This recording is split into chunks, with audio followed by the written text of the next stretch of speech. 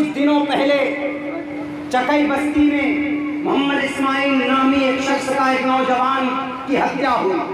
बहुत लोग बोलते हैं कि वो मॉब लिंचिंग नहीं, वो मॉब लिंचिंग है। हत्या हो गई, मर गया, उसकी मौत हो गई, तो अब जिम्मेदारी किन लोगों की बनती है?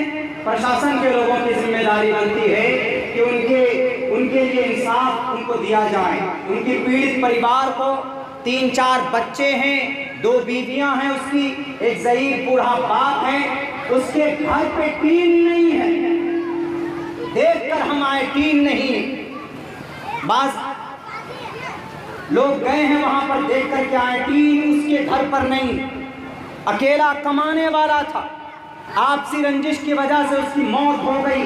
कम से कम उसके मुजरिम को, उसके मर्डरर को पकड़कर जेल जाना, भेजना चाहिए, लेकिन नहीं जनाब। सुबह पूरी रात उसकी पिटाई हुई, 8 बजे रात बुलाया जाता है उसको, पूरी रात उसकी पिटाई होती।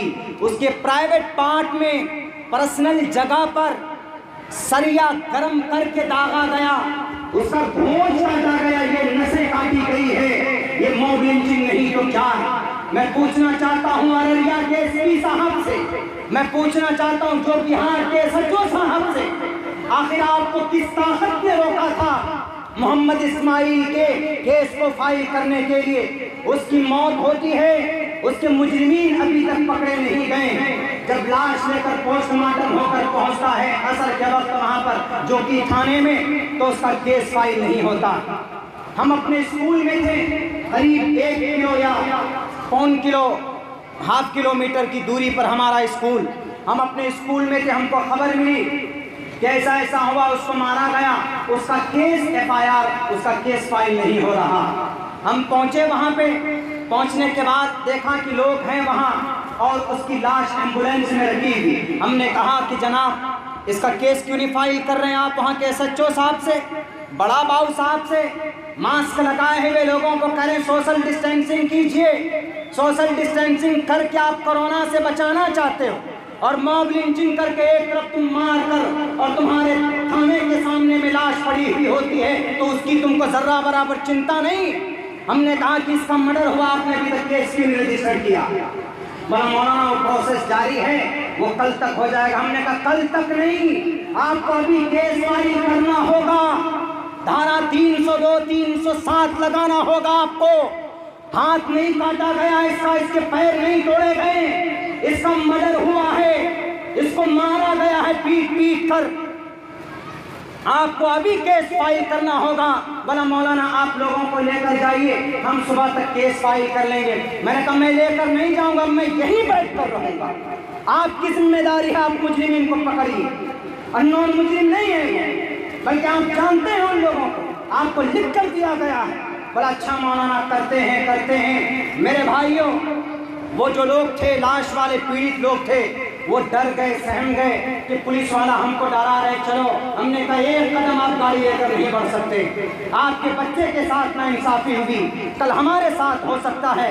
कानून हाथ में लेकर मारा गया आपके बेटे को, आप कैसे चले जाएंगे? बोला पुलिस वाला कह रहा सुबह तक कर लेगा। हमने कहा कि नहीं समझ रहे हैं, अररिया वहां से हाउस से, बल्कि पावर हाउस से चल रही है पैरवी बचाने की उन लोगों की। क्यों? इसलिए कि वो उनके थे दोस्त के बच्चे थे उनके ऊपर। अगर कोई डाका डालने की कोशिश करेगा तो हमारे अकाबरीन अररिया के हज़रात उलमाए किराम यहाँ पर तशरीफ फरमा है, डट जाते हैं, मैदान में खड़े हो जाते हैं, एक भी दलील का जवाब नहीं दे पाते। दीनी एतबार से भी वो मजबूत अगर हो गए तो हर बातिल का, हर फिरक़े ज़ालिला का मुकाबला करेंगे। दुनियावी एतबार से अगर हमने अपने बच्चों को तालीम दी है, और ज़रूरी है, मैं तो ये कहता हूँ कि आप अपने बच्चों को मदरसों में पढ़ाएं, हाफ़िज़ कुरान बनाएं, उसके बाद आप अपने बच्चों को एकेडमिक क्वालिफिकेशन भी दिलाएं, ज़रूरी है। मकतब में आपने बच्चों को बुनियादी तालीम दे दी, अक़ीदा सही हो गया, बहुत सारी जो ज़रूरी मसाइल है वो अपने बच्चों को तालीम दे दी। अब आप चाहते हैं कि हमारा बच्चा जाए सिविल लाइन में जाए, मॉडर्न एजुकेशन पढ़े, वो बुनियादी अक़ीदा सही हो जाने के बाद, नमाज रोज़ा सीख लेने के बाद अगर वो किसी स्कूल में पढ़ेगा, कहीं किसी कॉलेज में जाएगा, तो नमाज की भी पाबंदी करेगा।